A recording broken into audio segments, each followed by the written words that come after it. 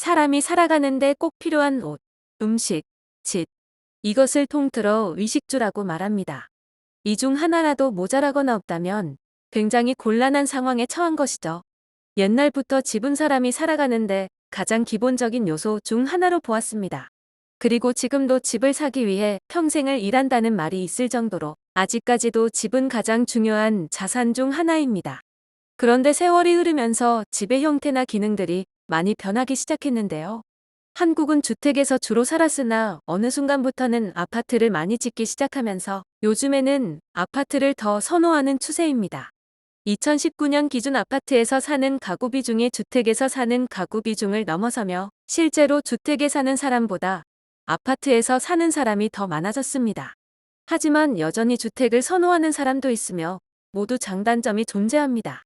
그런데 한국을 방문한 일본인이 해외 커뮤니티에 올린 후기에 그 집과 관련한 글을 적었고 외국인들이 그 글쓴이에게 충고를 하고 있는데요. 어떤 내용인지 바로 확인해 보겠습니다. SNS에서 한국을 여행하고 온 여성들이 한국을 다시 가고 싶다고 적어놓은 글을 자주 봤어. 하지만 남자에게는 별로 좋은 여행지는 아니라고 했지. 나는 이곳의 이유가 궁금하기도 하고 진실이 무엇인지 알아보고 싶어서 한국을 직접 여행했다.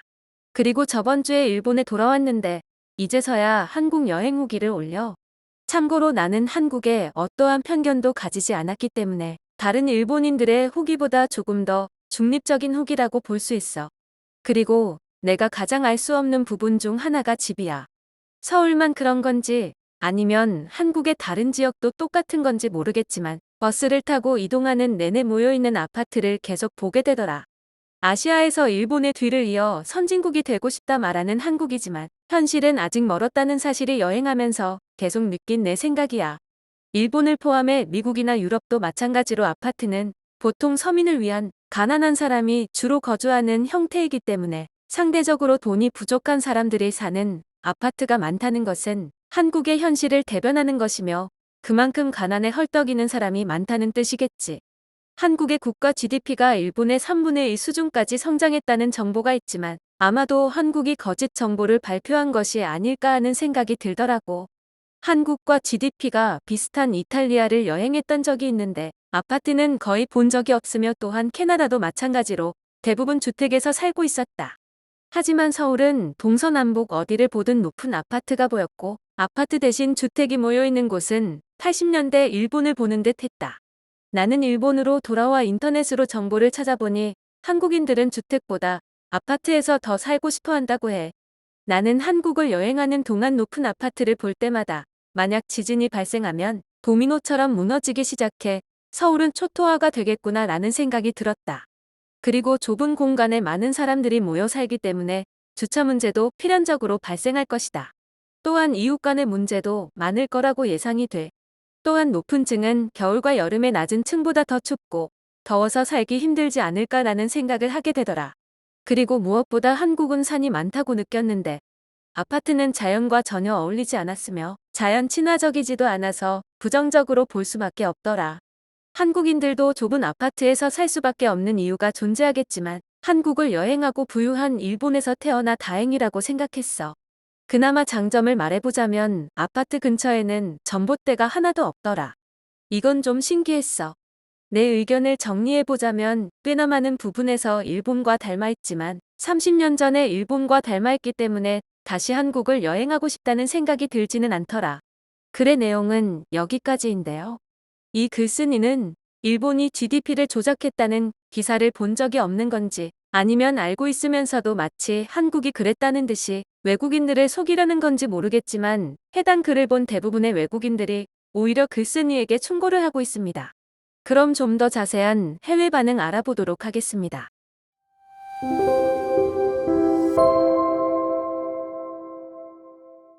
한국 아파트가 겨울에 춥고 여름에 덥다는 말을 듣다니 놀라운 걸. 사실 한국인들은 옷을 사 입을 수 없을 정도로 가난해서 겨울에도 반팔을 입고 집에 있어. 맞아. 나도 가난하기 때문에 한국 아파트에서 살고 있으며 양말을 살 돈이 없어서 신지 않고 있지. 내 집은 고작 140만 달러밖에 안 한다고. 나는 분명히 고소득자였는데 한국으로 이사 오고 나서 한국 평균 소득자가 됐다. 한국이 가난하다면 지구에 존재하는 90%의 나라는 가난한 거야. 이 글쓴이는 한국의 경제 수준을 알아보려고 하지 않는 건가? 무언가를 찾아볼 시간에 그거부터 해보는 게 좋을 거야. 일본에서 살다가 한국으로 이사 왔는데 한국 아파트가 일본 주택보다 훨씬 넓어. 물론 아닌 곳도 있겠지만 적어도 내가 살았던 일본 주택보다 지금 사는 한국 아파트가 넓다. 그리고 가격은 3배가 넘어. 너가 한국에서 살아본 적이 없기 때문에 이런 생각을 갖고 있는 건 충분히 이해할 수 있어.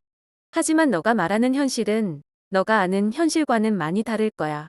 서울 아파트 가격은 도쿄 주택보다 비쌀걸.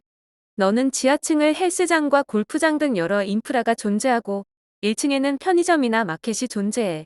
또한 한겨울에도 잠옷차림으로 갈 수 있는 한국 아파트의 장점을 모르는구나. 살아본 적이 없으니 당연하겠지만 태양이 우주의 전부라고 생각하는 것 같아 굉장히 안타깝다. 외에도 근처에 버스 정류장이나 지하철역이 있는 경우가 대부분이며 사람이 살아가는데 가장 필요한 인프라들이 모두 갖춰진 것이 바로 한국 아파트지. 낡고 허름한 시설이 안 좋은 아파트가 아니야. 왜 한국인들이 아파트를 더 선호하는지 조사를 더 해보고 글을 작성했어야 해. 글을 읽는데 너무 바보같이 느껴져. 한국에서 살고 있지만 한국이 가난한 나라라고 생각했던 적은 단 한 번도 없어. 아빠는 수십 년 전까지만 해도 굉장히 가난한 나라였다고 말하지만 그것은 과거일 뿐이니까. 너는 깊게 내려갈 수 있는 한국 아파트에 지하가 있다는 것을 알 필요가 있다. 주차는 보통 지하에 하기 때문에 문제없어. 한국 아파트는 미국이나 유럽의 아파트와 다른 개념을 가지고 있다. 한국의 아파트는 굉장히 현대적이며 미래적이라고 볼 수 있어. 특히 곧 드론 배달이 상용화된다면 주택보다 아파트에 사는 것이 훨씬 더 유용할 거라 생각해. 그래서 아마 앞으로 전 세계 주거 형태가 한국 아파트를 모델로 삼을 가능성도 존재할 거야. 사실 나도 한국을 처음 여행했을 때는 이 글쓴이와 비슷하게 생각했어. 롯데타워에서 서울을 바라봤을 때 거의 모든 곳이 아파트로 채워져 있더라고. 그래서 한국이 부유한 나라는 아니구나라고 생각했다. 하지만 서울 아파트 가격을 보고 내가 잘못 생각했다는 것을 깨닫게 됐어. 일본에서 태어나 다행이라고 생각해. 내 집 마당이 있는 것이 얼마나 행복한 일인지 한국인들 대부분은 모른다는 뜻이잖아. 아파트에서 사는 것은 가난하기 때문에 그런 것이겠지만 어쩌겠어. 한국에서 태어난 자신을 탓해야지. 실제로 한국에서 살고 있는 내 친구는 한국 아파트에서 사는 게 감옥에서 사는 것 같다고 해. 그는 옆집에서 세탁기 돌리는 소리나 윗집에서 걷는 소리, 문 밖에서 새벽에 노래 부르는 소리 등이 들려서 스트레스를 많이 받는다고 해. 정말 한국 아파트에서 사는 게 맞아? 나는 2년 전에 주택에서 아파트로 이사했어. 하지만 옆집 세탁기 소리는 한 번도 들어본 적이 없어. 그리고 비교적 최근에 지어져서 그런지 층간소음도 없다. 확실한 건 적어도 한국에서는 주택보다 아파트가 낫다는 거야. 일본은 너무 자연 친화적이라 겨울인 지금 집 안에 있어도 밖이랑 온도 차이가 거의 없어. 그래서 집에 있어도 자연과 함께하는 기분이야. 이것이 너가 말하는 자연 친화적인 거라면 개나 줘버려. 언제까지 목적 건물을 고집할 건지 모르겠지만 이미 집을 짓는데 더 나은 재료들이 많이 발명됐다. 이러다 자연의 일부가 되겠어. 시청해주셔서 감사합니다.